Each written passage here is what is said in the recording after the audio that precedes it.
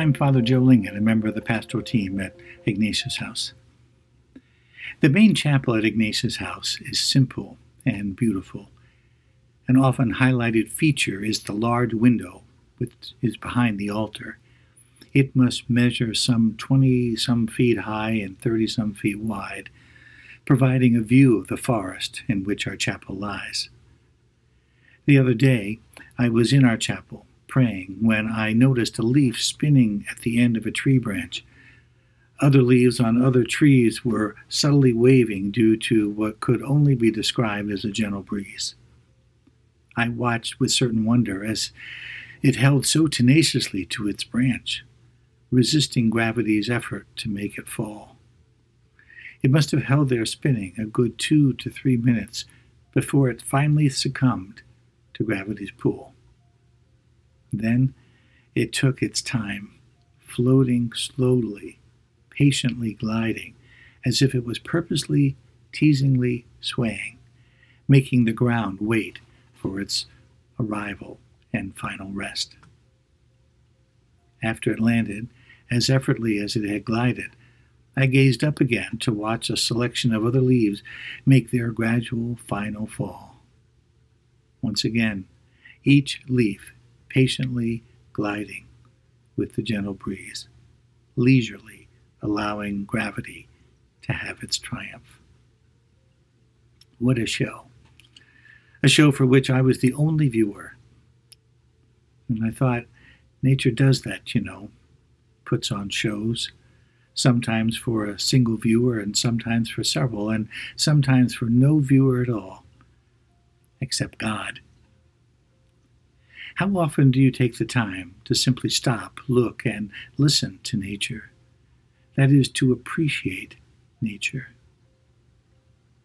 Stop and notice the beauty of fall colors, the majestic heights of mountains, the rhythm of ocean waves, the multitude of stars on a clear, crisp night, the sound of the wind as it drifts through a forest of trees, or the babble of a brook as it flows through a rocky ravine.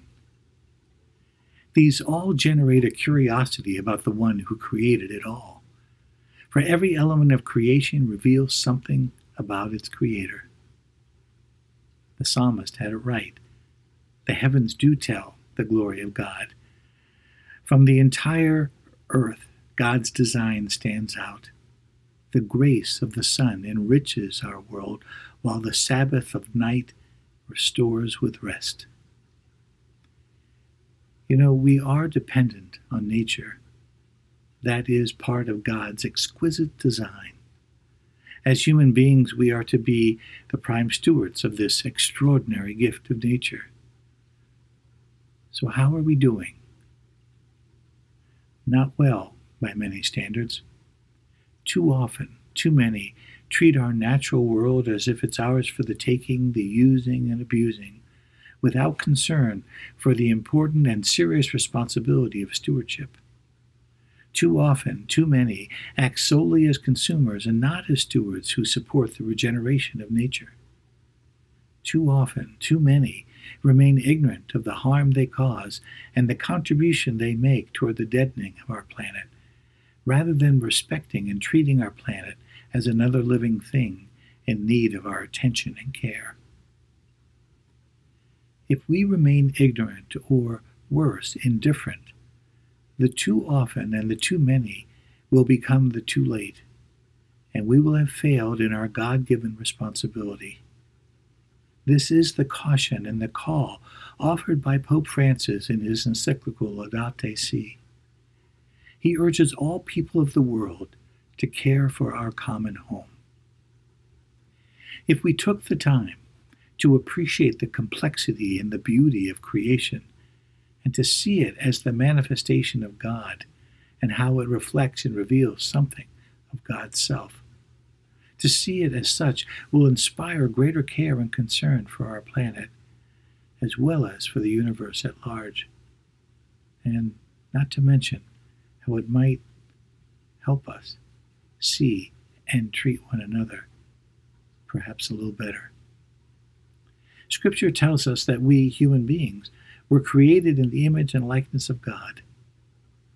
Wouldn't it be something good, if we would begin to see one another with such a lens, as the image and likeness of God? Further, if we saw our natural world and heard well God's declaration that it is good, perhaps we could see it and treat it with the reverence with which God created it. It is good. It is beautiful. If only we could see and treat it as such. So today, I encourage you to take a walk outside and from time to time just stop, look, and listen, and appreciate how good it truly is. And thank God